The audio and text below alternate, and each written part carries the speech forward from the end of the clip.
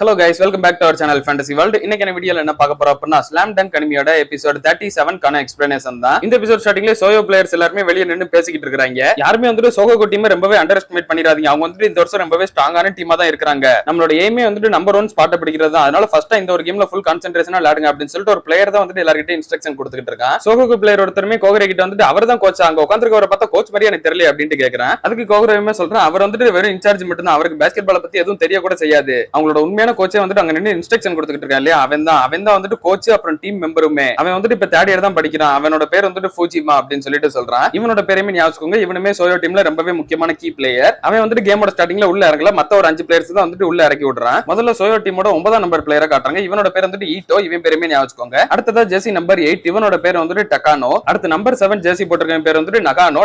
நகானோன்னு சொல்லிட்டு பேர்லாம் வந்துட்டு கொஞ்சம் ரைமிங்கா தான் இருக்கும், கொஞ்சம் கன்ஃபியூஸா தான் இருக்கும். பட் நான் சொல்ல உங்களுக்கு பழகிரும். அப்புறம் நம்பர் 6 பிளேயரோட பேர் வந்துட்டு ஹாசிகாவா. இவனோட பேர்லாம் நம்ம ஞாபகம், இவனுக்கு வந்து ஸ்பைக் மாதிரி முடி இருக்கு இல்லையா, அதனால நம்ம வந்து இவனை ஸ்பைக்னு சொல்லிட்டு கூப்பிடுவோம். இவன் வந்து எக்ஸாக்ட்டா பாக்குறதுக்கு செண்டோ மாதிரி இருப்பான், அதனால வந்து கொஞ்சம் கன்ஃபியூஸ் ஆயிக்காதீங்க. மிச்சியுமே இவனோட பொசிஷன் லேடறத வச்சு கண்டுபிடிச்சிடறான். அப்பனா பாத்ரூம்குள்ள வச்சு இவன் தான் பேசினது, இவன் தான் எனக்கு வந்து இன்னைக்கு மார்க்கிங் நிக்க போறான் அப்படின்னு சொல்லிட்டு இவன் மேல ரொம்ப கடுப்போட தான் நிக்கிறான். அப்படியே மிச்சி அந்த ஸ்பைக்கை கூப்பிட்டு நீ தானே என்னை 5 பாயிண்ட் கூட எடுக்க விட மாட்டேன்னு சொல்லிட்டு சொன்ன, உன்னால முடிஞ்சா நீ ஸ்டாப் பண்ணி பாடுறா அப்படின்னு சொல்லிட்டு அவனுக்கு ஓப்பன் சேலஞ்சே கொடுக்குறான். அடுத்து சோயோ டீமோட கடைசி பிளேயர், அவன் தான் வந்து டீமோட கேப்டன், 5ஆம் நம்பர் ஜெர்சி போட்டிருக்கான். இவனை நமக்கு ஆல்ரெடி தெரியும், ஹானகாட்டா. ஹானமிச்சியோட ஃப்ரெண்ட்ஸ்மே சோயோ பிளேயர்ஸ் பார்த்துட்டு ரொம்பவே பதறிடுறாங்க. ஏன் அப்படின்னா ஒருத்தரும் 190 சென்டிமீட்டருக்கு மேல இருக்கிறான். ஹார்கோமே சொல்றான் நம்ம டீம் இந்த மாதிரி பிளேயர்ஸ் கிட்ட எக்ஸ்பீரியன்ஸ் பண்ணதே கிடையாது, 5ல 4 பேருக்கு மேல 190 சென்டிமீட்டருக்கு மேல இருக்காங்களே அப்படின்னு சொல்லிட்டு அவளும் பயப்படுறா. கேமே இப்ப டிப் ஆஃப் ஸ்டார்ட் ஆகுது. பாலுக்கு வந்து 2 பேருமே ஜம்ப் பண்றாங்க. அக்காகி தான் அவனுக்கு முன்னாடி பால் வந்து கரெக்டா தட்டி விடுறான். அந்த பால் ஹானமிச்சி கைக்கு வருது. ஆனா ஹானமிச்சி கைக்கு பால் வந்த உடனே ரெஃபரி வந்து விசில் பண்ணிடுறாரு. ஐயோ நான் வந்து மறுபடியும் ஃபவுல் ஆயிட்டேன் அப்படின்னு சொல்லி ஹானமிச்சி பயப்படுறான். பார்த்தா அக்காகிக்கு ஃபவுல் சொல்லியிருக்காரு. ஹானமிச்சியோட ஃப்ரெண்ட்ஸ்க்கு இது ஒண்ணுமே புரியல. மீட்டோமே ஹார்கோ கிட்ட இந்த ஜம்ப் பால் வயலேஷன் என்ன அப்படின்னு சொல்லிட்டு கேக்குறான். கேமோட டிப் ஆஃப்க்கு பால் தூக்கி போடும்போது பால் வந்து அதோட மேக்ஸிமம் ஹைட்டை ரீச் பண்ணணும். அது மேக்ஸிமம் ஹைட்டை ரீச் பண்றதுக்குள்ள ஒருத்தர் வந்து பால் தட்டி விட்டார் அப்படின்னா அதான் இந்த ஃபவுல்னு சொல்லுவாங்க அப்படின்னு அவ சொல்றா. அக்காகி இந்த மாதிரி மிஸ்டேக் பண்றதுலாம் ரொம்ப புதுசா இருக்கு அப்படின்னு சொல்லிட்டு ஐடாவும் அவங்க கோச் கிட்ட சொல்றான். சோகோக்கு ஆப்போசிட்ல ரொம்ப பெரிய சீரிங் ஸ்குவாட் இருக்குது. அதுவே வந்துட்டு அவங்களுக்கு ஒரு தனி பிரஷரை கிரியேட் பண்ணிருக்கும். இதுல இருந்து அவங்க வின் பண்றது ரொம்பவே கஷ்டம் தான் அப்படின்னு அவங்க கோச்சும் சொல்றாரு. சோயோ டீமோட சீரிங் ஸ்குவாடுமே வந்துட்டு பயங்கரமா சோயோ டீமுக்காக சீரிங் பண்ணிக்கிட்டே இருக்காங்க.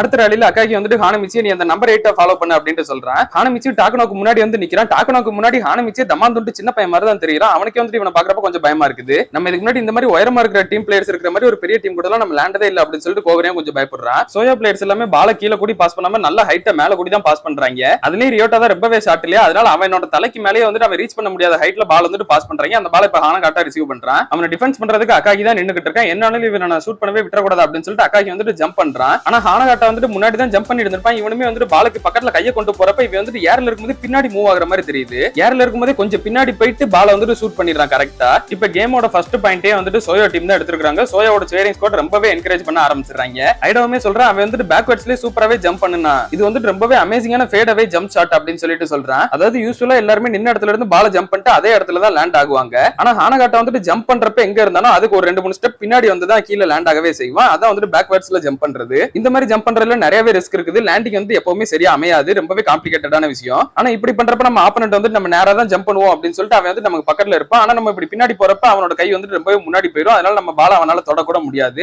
அத ஒரு டிக்க தான் ஹானகாட்டா இங்க சூப்பராவே யூஸ் பண்ணிருக்கான். அப்ப அப்படியே ஹானமிச்சி ஹானகாட்டா கிட்ட வந்துட்டு இங்க பாடுறா அப்படின்னு சொல்லிட்டு முறைச்சிட்டே சொல்றான். இதை பார்த்துட்டு எல்லாரும் பயந்துறாங்க, டே எதுவும் பிரச்சனை பண்ணிடாதா அப்படின்னு சொல்லிட்டு அவன் அப்படியே ஹானகாட்டாவை பார்த்துட்டு நான் வந்துட்டு கொஞ்ச நேரத்துல உன்னை தோக்கடிக்கிறேன் பாரு அப்படின்னு சொல்றான். ஆனா ஹானகாட்டா வந்துட்டு இவனை கன்சிடரே பண்ணாம அப்படியே பின்னாடி திரும்பி நடந்து போயிடுறான். அடே நாளுக்கு நான் உன்கிட்ட தான் பேசிக்கிட்டு இருக்கேன், ஒரு ஜீனியஸ் கிட்ட இப்படிதான் நடந்துக்கிடுவியா அப்படின்னு சொல்லிட்டு ஹானமிச்சி கடுப்பாகிறான். நீ முதல்ல அந்த பக்கம் ஓரமா போட அப்படின்னு சொல்லிட்டு கொரில்லா அவனை நகட்டி விட்டுட்டு இவனை நானே தனியா ஹேண்டில் பண்ணிக்கிறேன் அப்படின்னு சொல்றான். லியோனன் கோச்சுமே நினைக்கிறாரு அக்காகி ஹானகாட்டா அப்புறம் எங்க டீம்ல இருக்க ஓசிமி இவங்க 3 பேருமே வந்துட்டு பெஸ்ட் சென்டர்ஸ் தான். ஆனா இவங்க 3 பேர்ல யார் நம்பர் 1 சென்டர் பிளேயர் அப்படின்றது இன்னும் கொஞ்சம் மேட்சஸ்ல நமக்கு தெரிஞ்சிடும் அப்படின்னு அவர் நினைக்கிறாரு. அடுத்த ரேலில பால் வந்துட்டு ரூகாவா கிட்ட இருக்குது. அவன் அக்காகி கிட்ட பாஸ் பண்றதுக்கு ட்ரை பண்றான். ஆனா அக்காகி கிட்ட பால் போறதுக்குள்ளே அவங்க டீமோட 7ஆம் நம்பர் பிளேயர் நாகனோ வந்துட்டு பால ஈஸியாவே ஸ்டீல் பண்ணிடுறான். பாலுமே வந்துட்டு சோயோ பிளேயர் ஒருத்தங்கிட்ட தான் இருக்குது. ஆப்போசிட்ல ஹானமிச்சி தான் அவனை மார்க் பண்ணி நின்னுகிட்டு இருக்கான். இன்னைக்கு என்ன ஆனாலும் கேம் விட்டு நான் வந்துட்டு வெளியே ஃபவுல் வாங்கிட்டு போயிடவே கூடாது அப்படின்னு சொல்லிட்டு ஹானமிச்சி நினைக்கிறான். அப்ப அந்த பிளேயருமே வந்துட்டு ஹானகாட்டா அப்படின்னு சொல்லிட்டு அவனை கூப்பிட்டு பால் அவனுக்கு பாஸ் பண்ண ட்ரை பண்றான். அப்போ ஹானமிச்சி டிஃபெண்ட் பண்றேன் அப்படின்ற பேர்ல பால தட்டாம அவனோட கையில போய் தட்டிடுறான். இதன் மூலமா ஃபர்ஸ்ட் ஃபவுல ஹானமிச்சி இப்பவே வாங்கிட்டான். அடுத்து இதே மாதிரி ரேலி போய்கிட்டு இருக்கப்ப ஆயக்கோக்கே வந்துட்டு என்னதான் ஆச்சு இவங்க வந்துட்டு ஒழுங்காவே விளையாடுற மாதிரி தெரியல, ரொம்பவே பிரஷர் ஃபீல் பண்றாங்க அக்காகி முதற்கொண்டு அப்படின்னு சொல்லிட்டு அவ சொல்றா. நம்ம இதுக்கு முன்னாடி விளையாண்ட எல்லா டீமோடையுமே சோயோ டீம் வந்துட்டு ரொம்பவே டிஃபரெண்டா இருக்காங்க அப்படின்னு சொல்லிட்டு சப்ஸ்டிட்யூட்ல இருந்த ஒரு பையனும் சொல்றான். கோகரேயுமே நினைக்கிறேன் அக்காகி நீ வந்துட்டு ஃபர்ஸ்ட் காம் டவுன் ஆயிரு, உன்னால கண்டிப்பா இது பண்ண முடியும், உன் கூட நான் வந்துட்டு ஜூனியர் ஸ்கூல்ல இருந்தே இருக்கேன், உன்னை பத்தி எனக்கு நல்லாவே தெரியும், உன் அளவுக்கு வேற யாராலுமே பாஸ்கெட் பால் மேல அவ்வளவு லவோட இருக்கவே முடியாது அப்படின்னு சொல்லிட்டு கோகரே நினைச்சிட்டு இருப்பே ஒரு பிளாஷ்பேக் வருது.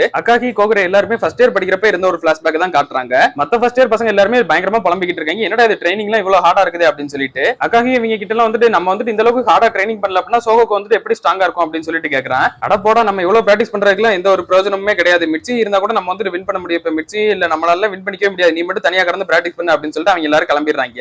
எல்லாரும் திரும்ப வாங்க அப்படின்னு சொல்லிட்டு கூப்பிட்டு பாக்குறான் அக்காகி. ஆனா யாருமே வந்துட்டு வரதா இல்ல. அந்நியார ஒரு வாய்ஸ் கேக்குது, என்கிட்ட பால தூக்கி போடு அப்படின்னு சொல்லிட்டு கோகுரே தான் அவன் பக்கத்துல வரான். அவங்க ரெண்டு பேருமே தான் அப்ப பிராக்டிஸ் பண்ண ஆரம்பிக்கிறாங்க. இதைத்தான் கோகுரே வந்து நினைச்சு பாக்குறான். அக்காகி வந்துட்டு எப்பவுமே அவனோட ட்ரீம்ல இருந்து கிவ் அப் பண்ணதே கிடையாது. எங்க ரெண்டு பேருக்குமே வந்துட்டு இதான் லாஸ்ட் சீசன். இந்த சீசன்ல நாங்க வந்து நேஷனல்ஸ் போனா மட்டும் தான் உண்டு. அதனாலதான் அவன் வந்துட்டு இந்த அளவுக்கு பிரஷர் ஃபீல் பண்றான்னு சொல்லிட்டு என்னால புரிஞ்சுக்க முடியுது. பட் இருந்தாலுமே இதான் நம்ம விளையாட போற லாஸ்ட் டோர்னமெண்ட் அக்காகி. அதனால நீ வந்துட்டு என்னாலும் கிவ் அப் பண்ணிடவே கூடாது, உன்னோட பெஸ்ட் கூட அப்படின்னு சொல்லிட்டு அவனுக்கு வந்துட்டு சப்போர்ட் பண்றான். இப்ப அக்காகியுமே வந்துட்டு இந்த வாட்டி நான் கண்டிப்பா ஸ்டாப் பண்ணி ஆகணும் அப்படின்னு சொல்லிட்டு நினைக்கிறேன். நேரம் ஹானகாட்டா கிட்ட பால் வருது, அவன் கரெக்டா ரிசீவ் பண்றான். அப்போ ஹானகாட்டா கிட்ட டாக்கனோ வந்துட்டு என்கிட்ட பால கூட அப்படின்னு சொல்லிட்டு கேட்கற மாதிரி இருக்குது. அக்காகியுமே வந்துட்டு அப்ப இவன் தான் பால வாங்கிட்டு வர போறான் அப்படின்னு சொல்லிட்டு அவனை ஃபாலோ பண்ண ட்ரை பண்றான். ஆனா அவன் டாக்கனோவை ஃபாலோ பண்றப்ப பார்த்தா அவன் கையில பாலே இல்ல, வெறுங்கை வீசிட்டு அவனை ஃபேக் காட்டி இருந்திருக்கான். பார்த்தா பால் வந்துட்டு ஹானகாட்டா கிட்ட தான் இன்னுமே இருக்குது. அக்காகி இதனாலே கொஞ்சம் லேட்டா ரியாக்ட் பண்ணிடுறான். அவன் திரும்ப ஹானகாட்டா கிட்ட போறதுக்குள்ள ஹானகாட்டா வந்துட்டு ஷூட் பண்ணி பாயிண்டே வாங்கிடுறான். எல்லாருமே ஹானகாட்டா கிட்ட சூப்பர் சாட்டர் அப்படின்னு சொல்லிட்டு அவனை நல்லாவே பாராட்டிக்கிட்டு இருக்காங்க. இன்னொரு பக்கம் சோகோக்கு பிளேயர்ஸ் எல்லாரும் ரொம்பவே அப்செட் ஆகி போச்சு. ஐடாவும் ஹானகாட்டாவை பார்த்து ரொம்பவே சர்ப்ரைஸ் ஆகுறான். அவனோட மூவ்மெண்ட்லாம் வந்துட்டு ரொம்பவே ஸ்பீடா இருக்குது அப்படின்னு சொல்லிட்டு. ஆமா, ஓசுமி அக்காகி கிட்ட நிறையவே ஸ்ட்ரென்த் இருக்குது. அதுக்கு அப்படியே ஆப்போசிட்டா ஹானகாட்டா கிட்ட வந்துட்டு ரொம்பவே ஸ்பீட் இருக்குது. இந்த கேமே வந்துட்டு ரெண்டு சென்டர்ஸ்க்கும் நடுவுல நடக்கக்கூடிய ஒரு கேமா தான் இருக்க போகுது. அக்காகி வந்துட்டு ஹானகாட்டா வின் பண்ணா மட்டும்தான் சோகோக்கு வந்துட்டு வின் பண்றதுக்கு கொஞ்சம் சான்ஸே இருக்குது அப்படின்ட்டு ரியோனன் கோச் சொல்றாரு. வெளிய இருந்து ஃபூஜிமாவுமே நினைக்கிறேன், எனக்கு இப்ப தெளிவாவே தெரிஞ்சு போச்சு, சோகோக்குவால கண்டிப்பா நம்மள டிஃபீட் பண்ணிக்கவே முடியாது. நம்ம வந்துட்டு கைனனை மீட் பண்றோம், அவங்க இந்த வாட்டி வின் பண்ணவே செய்றோம் அப்படின்னு சொல்லிட்டு அவன் நினைச்சுக்கிட்டு இருக்கான். அக்காகி வந்துட்டு ஹானகாட்டா மேல ரொம்பவே கடுப்போட நின்னுக்கிட்டு இருக்கான். மத்த எல்லா பிளேயர்ஸுமே வந்துட்டு என்ன பண்றதுன்னு சொல்லிட்டு ஒண்ணுமே புரியல. ஹானகாட்டாவை தாண்டி எப்படா பாயிண்ட் எடுக்கிறது அப்படின்னு சொல்லிட்டு அவங்க ஒண்ணுமே புரியாம நின்னுக்கிட்டு இருக்காங்க. கேம் ஸ்டார்ட் ஆன கொஞ்ச நேரத்துல சோகோ டீமால எந்த ஒரு பாயிண்ட்டுமே எடுக்க முடியல. அதுக்கு அப்படியே ஆப்போசிட்டா சோயோ டீம் வந்துட்டு இப்பயே 4 பாயிண்ட் எடுத்துட்டாங்க.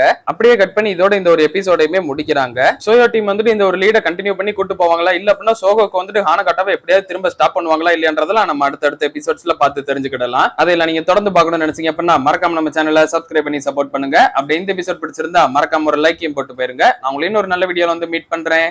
Bye guys.